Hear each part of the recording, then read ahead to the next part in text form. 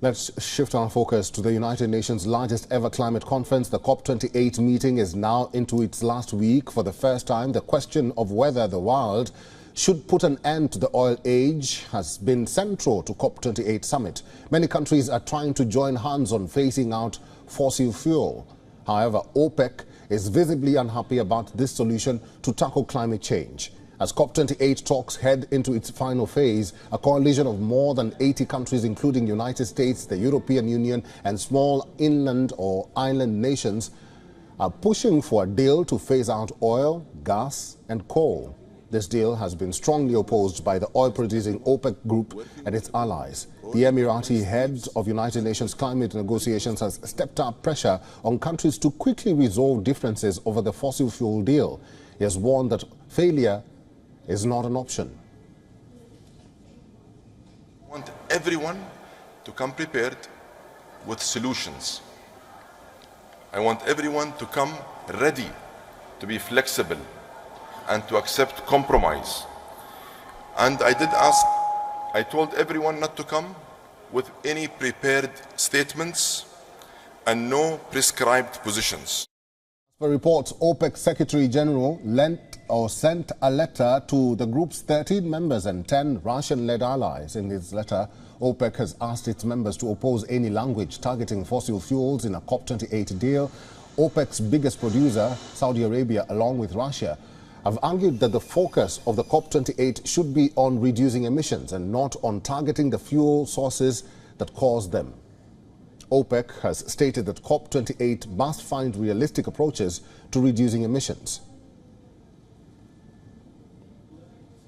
There is no single solution or path to achieve a sustainable energy future. We need realistic approaches to tackle emission, one that enable economic growth, help eradicate poverty, and increase resilience at the same time. In this respect, I wish COP28 every success in going down the history as the COP of unity, action, and delivery. European Union has slammed OPEC's move to derail this deal, calling the move by the oil producers club unhelpful and out of whack. France says it is stunned by OPEC's stance, while Spain slammed it as disgusting.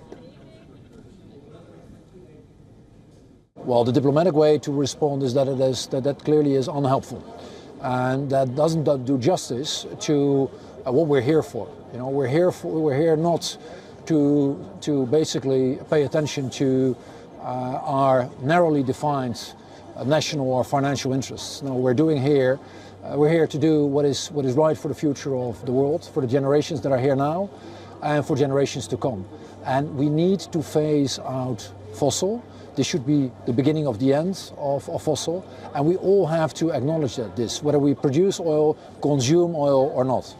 Meanwhile, China has said fossil fuels deal is not perfect but key to COP28 success. However, the Asian nation did not clarify whether the country will agree to eliminate coal, oil and gas entirely. 其中能源转型是非常重要的，主要是要用这个清洁、高效的可再生能源来替代这个化石能源，这是最终要解决问题的一个目标。但是这个转型需要一个痛苦的过程，在这个过程当中呢，可能各国的国情不一样。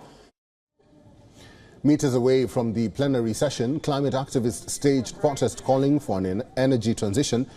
Civil society groups have set up daily actions inside the conference's Blue Zone, focusing on ending fossil fuels, climate justice and human rights.